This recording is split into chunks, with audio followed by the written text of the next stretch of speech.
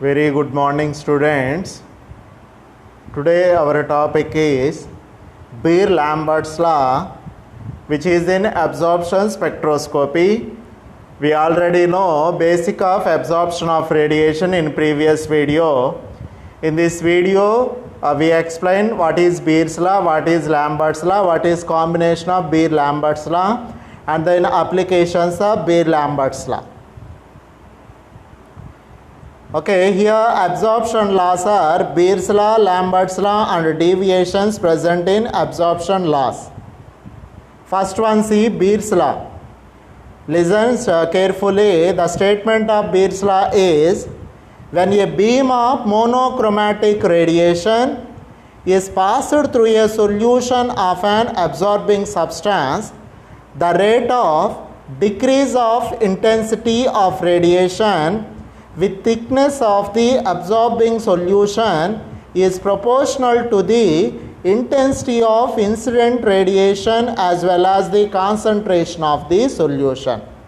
Whenever a beam of monochromatic radiation is passed through a solution of an absorbing substance, the rate of decrease of intensity of radiation and thickness of the absorbing solution is proportional to the intensity of incident radiation as well as the concentration of the solution.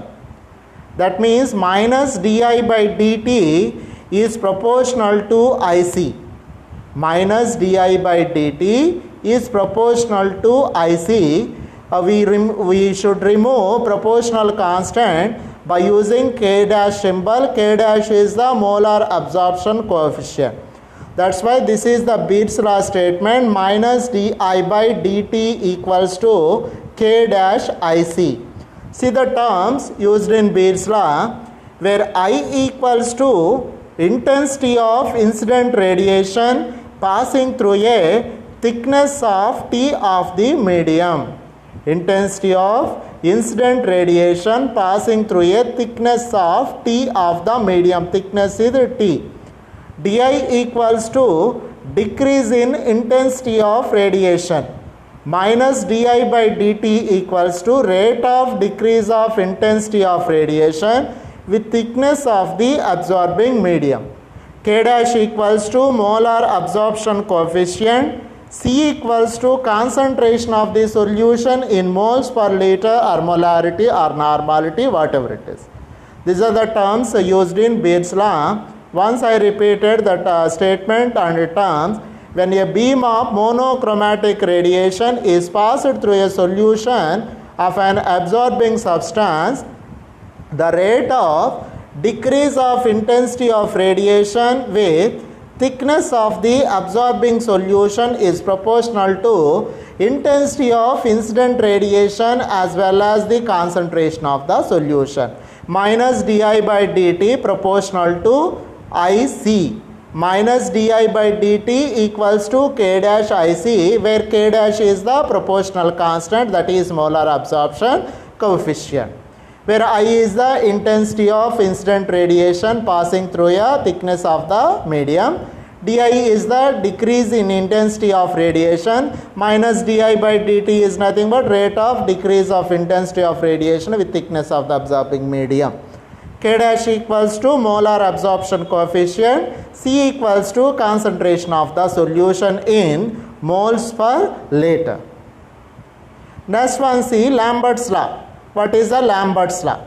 When a beam of monochromatic radiation passes through a homogeneous absorbing medium, the rate of decrease of intensity of radiation with the thickness of the absorbing medium is proportional to intensity of incident radiation. Intensity of incident radiation, that is minus di by dt is proportional to I, that is minus di by dt equals to Ki, where I means intensity of incident radiation passing through a thickness of T of the medium. DIE means decrease in intensity of radiation, minus di by dt means rate of decrease of intensity of radiation with thickness of the absorbing medium. K is the proportional constant, that is absorption coefficient. Okay, this is the Lambert's law, minus di by dt equals to Ki. Let I naught be the intensity of the incident radiation, I be the intensity of the radiation after passing through the medium. The intensity of the absorbed radiation can be given as I absorbed equals to I naught minus I. I absorbed equals to I naught into 10 to the power minus A dash Cx, where A equals to extinction coefficient of the absorbing medium. That means A equals to K by 2.303. A equals to K by 2.303. That is the A value. I equals to I naught into 10 to the power minus A dash Cx. Deviation of absorption loss. Absorption versus concentration. Absorbance versus concentration. Here this one is the positive deviation, this one is the negative deviation, this one is the straight line. Okay, deviation of absorption loss. This is the negative deviation, this is the positive deviation. Okay, this is the straight line. Okay, deviation of absorption loss whenever we draw absorption versus concentration. See, deviations, when a non-linear curve is obtained, the system is said to undergo deviation. The two types of deviations are positive and negative deviations. Okay, these are the positive deviation, these are the negative deviation. Positive deviation result in when a small change in concentration produces a greater change in absorbance.